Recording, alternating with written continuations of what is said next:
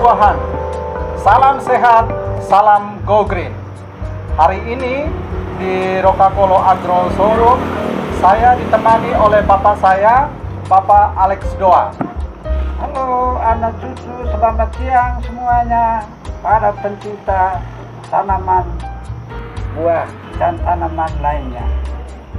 Nah, bapak saya ini seorang pensiunan guru berumur 86 tahun dan juga seorang hortikulturis.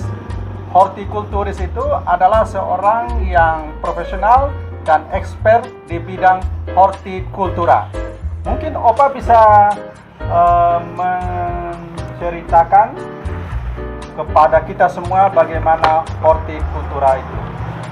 Hortikultura berasal dari bahasa Latin hortus dan kultura, diartikan sebagai budidaya tanaman, kebun, dan pekarangan rumah. Jadi saya mau konfirmasikan bahwa hortikultura itu berasal dari bahasa Latin. Sekarang minum dulu, jangan terlalu omong-omong. Aduh, terima kasih banyak. Ya, ini minuman apa nih? Jahe yang hangat. Oh, oke. Selamat anak-anak cucu semua. Wah, minumannya benar-benar hangat nih, tos dulu.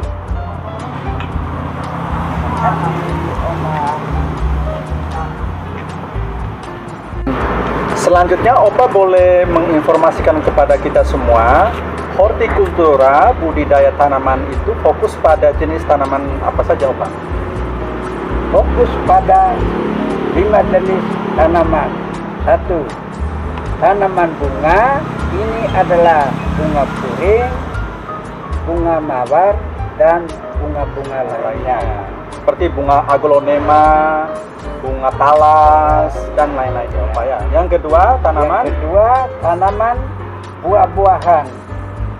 Ini buah alpukat, pisang, ini rambutan, dan buah-buahan lainnya. Oh, oke. Terus yang ketiga adalah tanaman sayur-sayuran.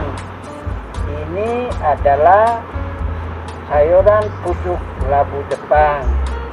Selain itu, daun singkong, bayam, dan sayur lainnya. seperti daun pepaya juga termasuk ya. Ya, termasuk. Orang Flores kan suka makan daun pepaya. Makan daun pepaya. Meskipun pahit. Enak. Itu enak ya. Oke, jadi itu yang ketiga sayur-sayuran. Kemudian yang keempat tanaman apa, Opa? Keempat adalah tanaman obat-obatan. Oh, oke. Jadi ini adalah daun serai yang sangat harum baunya.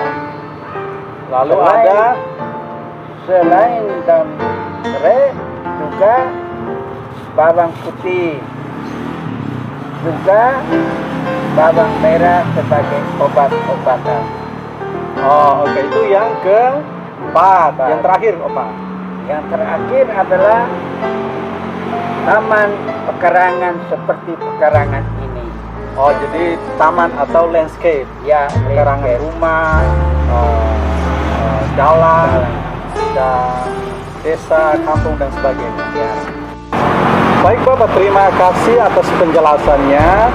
Jadi hortikultura itu fokus pada jenis tanaman. Satu, tanaman bunga, florikultura. Yang kedua, tanaman buah-buahan, frutikultura. Tanaman sayur-sayuran, olerikultura. Lalu tanaman obat-obatan, biofarmaka. Dan yang terakhir, yang kelima adalah taman atau landscape. Bapak boleh menginformasikan kita fungsi dari tanaman hortikultura itu sekilas saja. Fungsi tanaman hortikultura adalah sebagai penyedia pangan dan zat gizi. Yang kedua, sebagai sumber pendapatan keluarga. Itu fungsinya dua hal Dua itu hal yang itu. yang utama ya. Ya, Kalau manfaatnya, hortikultura ini manfaatnya manfaatnya adalah sebagai pelestarian lingkungan yang asri dan hijau. ya seperti kita ini duduk di bawah pohon rambutan. Ya mungkin sudah berapa tahun ya Opa ini di Rambutan ini sudah berumur 30 tahun. Sekarang sudah berbuah. Oh oke, ya sudah berbuah dan kita sudah menikmati selain buahnya, dan juga sekarang kita duduk di bawah pohon dengan meskipun panas tapi kita merasa sejuk. Oke, itu manfaat dari hortikultura. Selanjutnya, kelestarian lingkungan yang asri dan hijau. Lalu Selanjutnya adalah menjauhkan, menghilangkan stres dan kepanasan. jadi kalau orang yang stres itu bagusnya ya duduk di bawah pohon, dekat dengan tanaman, makan buah-buahan. Bagaimana fungsi dan manfaat hortikultura yang disampaikan oleh Bapak Alex Doa tadi dapat saya informasikan in detail manfaat dari hortikultura sebagai berikut. Manfaat tanaman sayuran. Sayur-sayuran hijau biasanya mengandung nutrisi seperti serat, vitamin, mineral, hingga senyawa nabati. Dengan berbagai kandungan gizi dan nutrisi tersebut, tidak heran sayuran hijau memiliki manfaat untuk mengatasi berbagai penyakit. Macam-macam sayuran hijau yang perlu kita konsumsi setiap hari secara rutin. Apalagi sayur-sayuran tersebut biasanya bisa kita dapatkan dengan harga yang cukup terjangkau atau dapat kita tanam di sekitar lingkungan rumah kita. Tidak ada salahnya untuk menjadikannya sebagai menu makanan sehari-hari untuk menunjang kesehatan kita dan keluarga. Berikut macam-macam sayuran hijau yang perlu kita konsumsi. Kale, brokoli, kubis, daun singkong, bayam, sawi, pare, kecipir, kangkung, selada, asparagus, daun paku, seledri, daun katu, dan kenikir. Untuk mengetahui manfaat buat kesehatan dari macam-macam sayuran tersebut, please googling all the information on your own. Atau tanya sama Om dan Tante Google toh. Kami tunggu ya. Manfaat yang diperoleh dari bunga. Kebanyakan ahli botani, bunga adalah potong batang dan cabang pendek dengan beberapa kumpulan daun khusus. Bunga membuat lingkungan rumah atau halaman menjadi indah dan sejuk dipandang mata. Bunga banyak dimanfaatkan sebagai tanaman hias baik di dalam rumah maupun pekarangan rumah. Karena bunga pada tumbuhan ada beberapa jenis dan bentuk. Bunga tidak hanya dimanfaatkan sebagai tanaman hias, tapi juga dimanfaatkan beberapa hal. Berikut manfaat yang bisa diperoleh dari bunga. 1. Sebagai tanaman hias. Banyak masyarakat yang menjadikan bunga sebagai tanaman hias karena ada beberapa jenis tanaman bunga yang dipergunakan sebagai tanaman hias. Yang kedua, untuk kesehatan. Bunga tidak hanya sebagai hiasan saja, tapi bunga juga bisa dimanfaatkan untuk kesehatan, di mana bunga diolah sebagai obat untuk beberapa penyakit seperti batuk, diare, pusing, atau luka. Banyak yang dimanfaatkan oleh masyarakat dan menjadi tren. Bunga yang biasa dimanfaatkan untuk kesehatan adalah lavender, mawar, dan bunga melati. 4. Buah. Sebagai sumber pendapatan ekonomi keluarga, manfaat buah-buahan bagi tubuh kita adalah sebagai berikut. Makan buah secara rutin dapat mencegah penyakit jantung.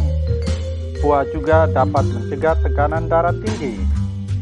Buah dapat dijadikan sebagai diet alami yang dapat mencegah kolesterol jahat menyerang tubuh kita. Makan buah secara rutin juga dapat mencegah kerusakan hati dan serangan stroke. Mengkonsumsi beberapa jenis buah dapat mencegah penyakit kanker. Sebagai antioksidan yang dapat menjaga kekebalan tubuh kita. Buah kaya akan vitamin, mineral, dan zat penting lainnya sehingga dapat menjaga kebugaran tubuh kita. Manfaat tanaman obat-obatan. Hampir semua warga dunia percaya konsumsi tanaman obat memiliki manfaat untuk kesehatan. Hal ini pun berlaku juga di Indonesia. Banyak masyarakat di Indonesia menjadikan tanaman obat sebagai salah satu alternatif penyembuhan ketika mengalami gangguan kesehatan. Jurnal Medical Science menjelaskan salah satu manfaat tanaman obat adalah membantu memperbaiki metabolisme tubuh sehingga kita tidak mudah sakit. Beberapa contoh tanaman obat keluarga. Kunyit. Kunyit merupakan tanaman obat asal India yang memiliki banyak manfaat untuk kesehatan. Rempah berwarna orange ini dipercaya memiliki sifat anti kanker dan dapat mencegah mutasi DNA.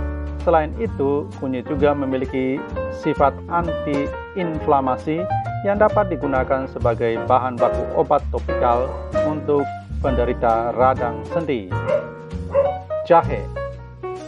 Jahe merupakan bahan masakan yang sangat populer. Tak hanya itu, tanaman obat satu ini juga telah digunakan selama ribuan tahun untuk pengobatan, terutama oleh masyarakat Asia, Arab, dan India. Kandungan senyawa dalam jahe dipercaya dapat mengatasi gangguan pencernaan. Kencur. Kencur kaya akan antioksidan dan dapat meningkatkan kesuburan pria serta mengurangi peradangan dan rasa sakit. Bahkan dapat melindungi terhadap infeksi dan jenis kanker tertentu. Tetapi penelitian lebih lanjut perlu dilakukan. Sirih. Sirih merupakan salah satu tanaman obat yang sejak lama dipercaya memiliki manfaat untuk kesehatan. Daun sirih kaya akan vitamin seperti vitamin C, thiamin, niacin, riboflavin, dan karoten, dan merupakan sumber kalsium yang bagus. Serai. Serai adalah tanaman obat yang sering diolah menjadi minyak untuk pengobatan. Biasanya minyak serai digunakan untuk mengobati masalah kulit atau dihirup sebagai aroma terapi. Taman atau landscape. Adapun fungsi dan manfaat memiliki taman rumah adalah yang pertama, memperindah halaman rumah. Tidak dapat disangka lagi bahwa memang secara umum taman memiliki fungsi dan manfaat untuk mempercantik dan membuat halaman rumah kita menjadi indah dengan bermacam-macam bunga yang berwarna-warni. Terlebih lagi jika kita memiliki rumah yang indah, walau sederhana, tapi akan terkesan mewah jika dipadukan dengan kolam ikan, saung dan gazebo atau balai bengong, maka keindahan yang didapat akan menjadi lebih lengkap. Yang kedua, sebagai pelengkap konsep arsitektur bangunan rumah. Yang ketiga, sebagai penyerap polusi dan menghasilkan oksigen. Yang berikutnya, manfaat taman adalah menyegarkan tubuh dan pikiran dari aktivitas kerja yang melelahkan. Dan selanjutnya, sarana bermain anak-anak di halaman rumah. Di sini perlu kami informasikan bahwa anak-anak selalu aktif dan memiliki rasa ingin tahu yang tinggi. Di era modern ini, anak-anak sering kita izinkan untuk bermain gadget atau smartphone. Padahal, hal tersebut dapat berdampak negatif bagi anak-anak kita. Untuk itulah kita harus pintar-pintar memberikan anak sarana untuk bermain. Terkadang juga anak akan merasa bosan bermain di dalam rumah terus. Karena itulah memiliki taman bermain di halaman rumah merupakan satu hal yang bagus untuk anak-anak bisa aktif bermain dan melakukan aktivitas lainnya.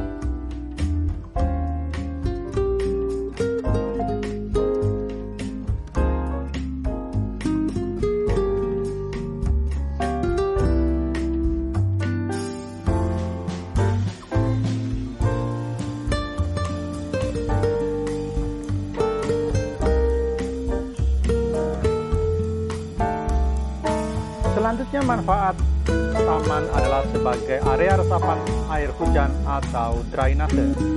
Dan yang terakhir adalah menyalurkan hobi.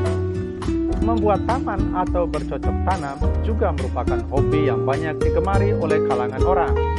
Hobi dapat membuat apa-apa yang kita kerjakan dengan sepenuh hati, serta banyak juga yang bermula dari hobi akhirnya menjadi bisnis dan sumber pemasukan. Memiliki hobi membuat atau menata taman atau bercocok tanam memiliki peluang usaha yang menjanjikan. Tidak ada hal yang sia-sia di dunia ini, bahkan untuk hal yang kecil sekalipun. Memiliki taman merupakan hal yang sederhana, namun bisa mendapatkan dampak positif yang luar biasa. Terakhir, Bapak boleh menyampaikan kepada kita pesan kepada anak-anak muda dan masyarakat sehubungan dengan hortikultura ini. Pesan saya kepada masyarakat, kepada orang-orang muda, dengan semangat, rajin menanam pohon buah-buahan, baik di pekarangan rumah maupun di kebun. Jangan lepas tanah kosong. Tanah yang kosong harus diisi dengan tanaman buah-buahan. Dan banyak kita menanam buah-buahan dan tanaman lainnya. Bukanlah manusia yang memikul, tetapi tanahlah yang memikul tanaman tersebut. Oke, jadi hortikultura ini sesuai dengan arahan pemerintah, yaitu gerakan masyarakat hidup sehat yang biasa disebut dengan Germas.